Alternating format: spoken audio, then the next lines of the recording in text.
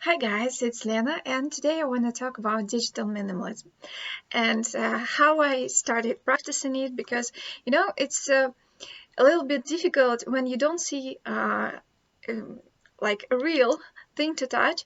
You don't suppose that it makes a lot of clutter in your life, but in fact, as I've come to understand, you have everything that's in your life has its energy. So whether it's digital or a physical thing, it contains some energy, some memories of yours. It can be good or bad, or it can be just useless stuff that you don't need. So today I want to share with you my process, and maybe you'll get some advice about how to handle your digital decluttering as well. So I started my decluttering with my by accident actually, because I never thought that I needed one, because I don't tend to save a lot of useless stuff on my computer, and I don't really have this problem of overflowing apps on my phone, because it's a little bit outdated, and my phone doesn't like having lots of applications on it, and so I don't really feel the need, because most of the apps you can usually declutter and just use your browser for everything you need, and it's probably the same, and it gives you the same result almost every time, and sometimes it even works better. Like, for example, here in Russia we have special public transport tracking system, and Yandex, it's Yandex project, so we can see where the bus we're waiting for is. So is it worth waiting, or you should for example take some other route, and that would be faster and easier. And to my experience, yes, I had this application on my phone installed, but honestly, I don't really like any system that tracks me down, although I know that we are being tracked, we are being heard, watched all the time, so there's nothing we can do about it. We can totally discard all our electronic devices, but it can be very I think undoable. It's impossible to do. So anyways, I started my decluttering with all my messages on my phone, because I've noticed that this is very, very strange. When I receive some spam messages, I delete them in an instant. And when I get lots of messages, like for example from my students, if they are late, or if they want to postpone our lessons, or if they want to confirm our lessons, so I have lots of messages like that on my phone. And when I started going through them, I realized that I no longer need them, because all the lessons that were discussed in those messages, they have already been concluded by this time. So it's no use having these messages anymore, and all the messages about payments and so on. So in the end, I think I left only maybe some 10 or 15 messages. I mean, like groups of messages from the same person or the same service. For example, I save messages from my bank account, so about my money, because it's important to me to trace some ins and outs of my money. And probably that's all, because I've realized that I no longer need really this kind of stuff. And starting with that, with only my messages, I understood, well, we should do something more, because I have lots of messengers. Well, not on my phone, but in every social oh my god, in every social web page, and you have lots of messages, and sometimes you don't need them anymore. And so I continued clearing messages in my WhatsApp. And I realized, oh my God, there were so many messages from people I no longer communicate with, from people I don't like to communicate with.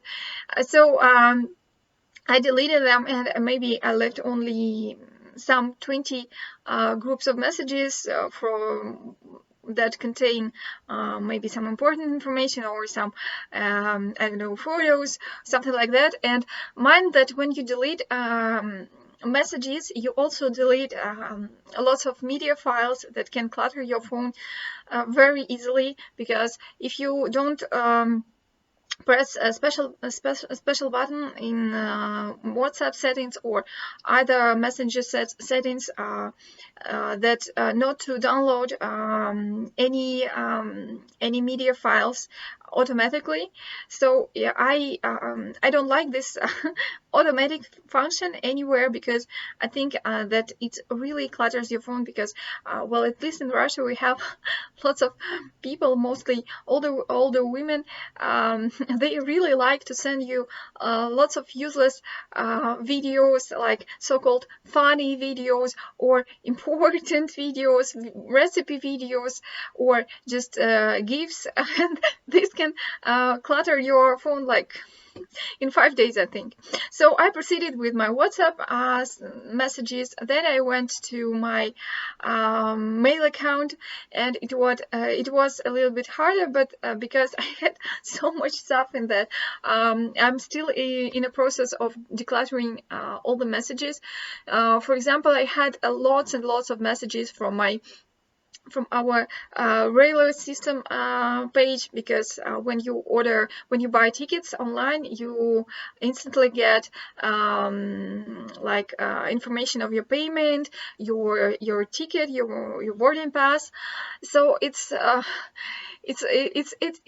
very nice, because you don't have to like press other buttons and search for your ticket all the way through the website. But anyways, it clutters a lot, and at first I thought it was a good memory, because I could remember when I went somewhere interesting. But anyways, I started decluttering everything that was connected to my travels, because I no longer needed it, honestly. And all the boarding passes for the airplanes, I don't need it anymore, and so there's no need of just keeping it on my account. And after that, I proceeded to my social networks, and although I managed to do only a little bit of work there, but I intend to do more, because social networks, they are very difficult to manage to declutter, because they have so many different parts. For example, I've managed to declutter my part of the communities I was following, the communities I was still in, but wasn't following. So I think I've decluttered maybe more than 60% of the communities I was in, but I never used any information of them, or I no longer need any information from those communities.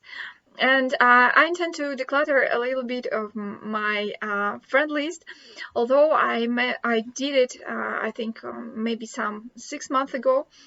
I realized that some people that I called friends, when I receive some birthday notifications from about those people, sometimes I just don't know who those people are, or I have no intention of congratulating them, saying anything nice to them, or just I just can't be bothered about their birthdays. So I think those kind of people, they are not really my friends, and I don't wish to have them in my friend list. So I've decided to declutter it even more, because I remember having more than 1,000 people on my friend list, and it was really crazy. And after I started decluttering, I think now I have some 40 people left. And anyways, I don't see the value of all the 40 of them, and keeping them just for the sake of staying in touch. Well, I think if in our digital era, if someone wants to find a person, it's so easy because it's very difficult just not to have any connections through other people, because almost every friend of mine, with them I have like mutual friends, one or more, and so it's easy. And like talking about my, for example, previous customers, previous students, some of them stopped education on the basis of lack of money, lack of time, and I think there is no use to me keeping their contacts, because if they want to continue their education, they can reach out to me. There is no use for me reaching out to them and asking them again and again if they if they want to continue their education. So anyways, that was my not so small talk about digital decluttering. I hope you maybe get some inspiration from my today's video. So see you in the next one. Please press like if you enjoyed this video, and subscribe to my channel. That really helps me and really motivates me to create other videos. So see you in the next one. Have a good day. Bye bye.